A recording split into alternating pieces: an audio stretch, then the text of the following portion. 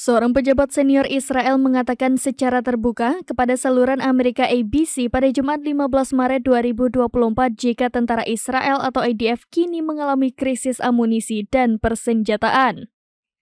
Dilansir Kabarni, pejabat pemerintahan di Tel Aviv itu merinci kalau IDF kekurangan peluru artileri 155 mm dan peluru tank 120 mm. Ia menjelaskan setiap penundaan pengiriman bantuan Amerika Serikat ke Israel menimbulkan kekhawatiran mengingat Eropa enggan menjual senjata ke Tel Aviv. Ia juga akan menekankan bahwa Israel mungkin kalah perang jika amunisi dan legitimasi yang sudah habis tidak tersedia. Ia menjelaskan Amerika Serikat mulai menunda sejumlah bantuan militer ke Israel dan mengatakan bahwa Tel Aviv tidak sepenuhnya mengetahui alasan penundaan bantuan militer dari Washington tersebut.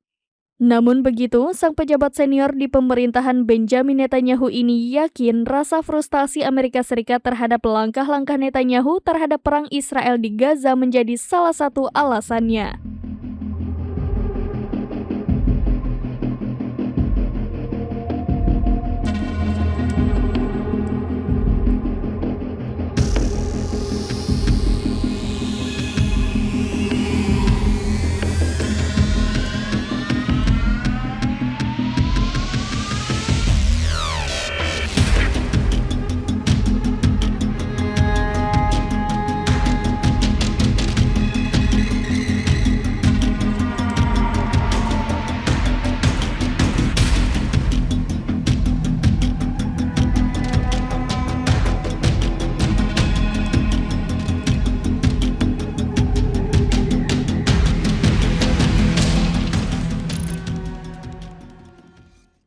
Download Tribun X sekarang, menghadirkan lokal menjadi Indonesia.